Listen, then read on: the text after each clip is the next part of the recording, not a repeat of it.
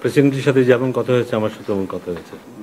শুধু ও নিজের ক্রিকেট নিয়ে ভেবেছে তা না, বাংলাদেশ টিমের ভবিষ্যৎ নিয়ে ভেবেছে এবং এগুলো নিয়েও আলাপ হয়েছে যে 2026-এ আমাদের যে বিশ্বকাপ আছে সেখানে কারা খেলবে, কি খেলতে পারে এবং তাদের কখন থেকে এক্সপোজার দেওয়া শুরু করা উচিত সেসব নিয়েও আলোচনা হয়েছে, সিলেক্টরদের সাথেই আলোচনা হয়েছে।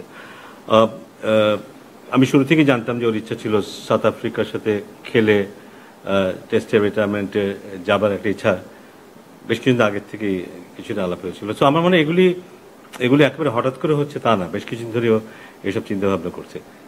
সব ঘটনা যদি নর্মাল থাকতো আমার মনে হয় তখন এরকম কিছু হওয়ার সম্ভাবনা থাকতো বোধ হয়, কারণ নিজেও আস্তে আস্তে বোধহয় উপলব্ধি করছে যে ওর ফরম্যাট কমিয়ে দেয়া বা না কমালেও কম কম করে খেলা, সো দ্যাট ও নিজের সাথে ওর শারীরিক সক্ষমতার সাথে মিলিয়ে ও যেন ইন্টারন্যাশনাল ক্রিকেট খেলতে পারে। বাংলাদেশের একমাত্র মাল্টিন্যাশনাল টাইলস ব্র্যান্ড আরএকে সিরামিক্স। আমি দেখি কারণ আমি এখনো ওর যে ব্যাটিং দেখেছি দুটো টেস্ট ম্যাচে, আমি রিসেন্টলি এরকম ব্যাটিং ওর দেখিনি, বেশ অনেক দিন এরকম দেখিনি। হি লুক ভেরি অর্গানাইজড ব্যাটিংয়ে, এবং যেই বোলিং এগেনস্টে এবং যেই সিচুয়েশনে ওর এই ব্যাটিংটা দেখেছি সেটা আমাকে অনেক আশাবাদী করে যে আমরা হয়তো সামনেও হয়তো বা ওকে বিভিন্ন ফ্র্যাঞ্চাইজিতে ক্রিকেট খেলতে দেখবো এবং সেখানে আমার ধারণা ভালো ব্যাটিং করবে। এখন আমরা যখন আজকে ওর ইন্টারভিউটা দেখছিলাম, ওর গলার ভাষাটা, গলার শটটা যদি আপনি একটু খেয়াল করে দেখেন, he still look very firm. আমি জানি ওর মনের মধ্যে অনেক কিছু যাচ্ছে, but he still sounded very farm.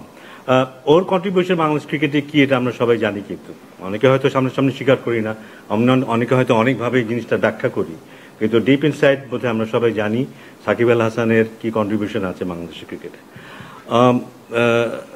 একটা সময় হয়তো আমরা ভাবতামই যে না থাকলে কি হবে, বাট এটা অ্যাকচুয়ালি হয় না। একটা সময় আসবেই যখন একজন চলে যাবে, তার জায়গায় the game will still go on. তো আমাদের ক্ষেত্রে সেটাই হবে। আমি আশা করছি যে সাকিব চলে গেল, আমরা ভালো ক্রিকেটই খেলবো, বাট আমার মনে হয় সবার মনের মধ্যে কোনো না কোনোভাবে ও থেকে যাবে। কারো কাছে হয়তো ইতিবাচকভাবে থাকবে, কারো কাছে হয়তো নেতিবাচকভাবে থাকবে, বাট শেষটা ভালো হলে খুব ভালো হতো। শেষটা ভালো বলতে ঘরের মাটিতে যদি ও রিটায়ার করতে পারতো খুব ভালো হতো, সবার ভালোবাসা নিয়ে যদি ও রিটায়ার করতে পারতো খুব ভালো হতো। সেটা হয়নি, সেটা আমার জন্য একটা খেতে, কারণ শুধু খেলাটাই শেষ কথা নয়, একজন খেলোয়াড়ের কিন্তু খেলার বাইরেও একটা জীবন আছে, সেই জীবনটা খুব গুরুত্বপূর্ণ।